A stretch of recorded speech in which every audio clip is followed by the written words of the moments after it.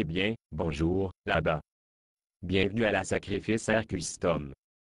Puis-je vous aider à trouver un sacrifice? Ah, oui, nous venons d'avoir un bébé. Eh bien, félicitations. Est-ce votre premier? Oui, Fille ou garçon? un garçon. Eh bien, félicitations. Ensuite, je suppose que vous êtes venu à Jérusalem pour consacrer votre premier-né au Seigneur. Eh bien, oui,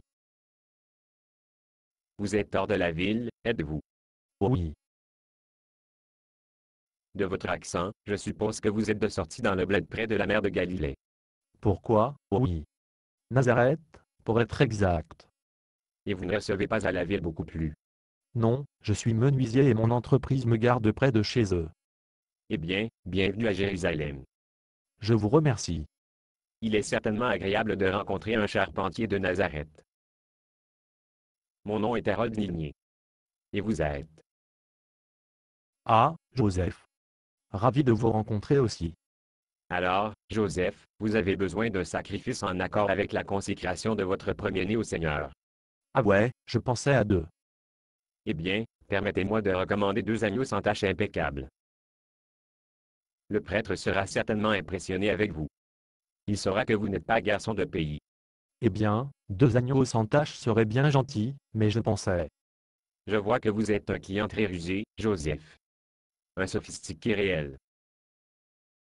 Donc, regardez là-bas, j'ai des chèvres de haute qualité. Vous verrez comment brillant, pelage sain qu'ils ont sur ces chèvres d'1 an.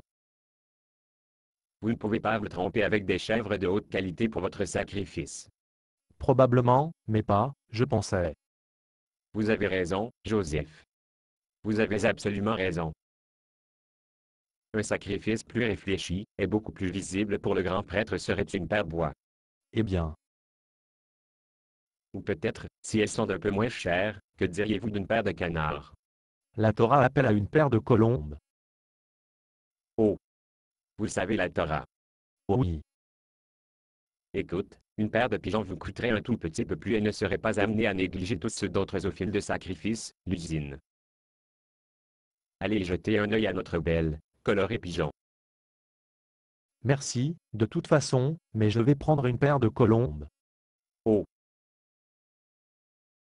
Ouais, j'ai besoin de s'en tenir aux strictes instructions de la Torah. oui, bien sûr. Après tout, mon fils est le Messie. Le Messie. Je vois. Donc, puis-je voir les colombes? Vous êtes le Fils et le Messie. Oui, Alors que le Messie était prophétisé être né à Bethléem. oui. Mais vous avez dit que vous êtes de Nazareth. Oh, il est né pendant le recensement. Et alors? Et ma famille est originaire de la lignée de David, et nous avons donc dû se rendre à Bethléem pour le recensement. Alors, vous êtes Fils et vraiment le Messie. Oui, Je vois. alors, puis-je voir votre sélection de colombes? Êtes-vous sûr que d'une paire de colombes, suffit d'un sacrifice pour le Messie premier-né? Je suis tout à fait sûr. C'est ce que Moïse a prescrit. 2 colombes qui sera de Simine. Imaginez certains de vos colombes est mort. Je suis sûr qu'il vient de se percher. Les oiseaux n'ont pas perchoir ventre en l'air. Je suis sûr que vous vous trompez. Les colombes vous avez d'autres à l'arrière, ont tous les ailes brisées et une plume de la queue. Que voulez-vous pour Simine? Un sacrifice au Seigneur doit être un réel sacrifice. Il doit être le choix 16 de colombes. Ce sont le plus exquis que nous avons. Puis-je voir les autres? Ce sont les derniers.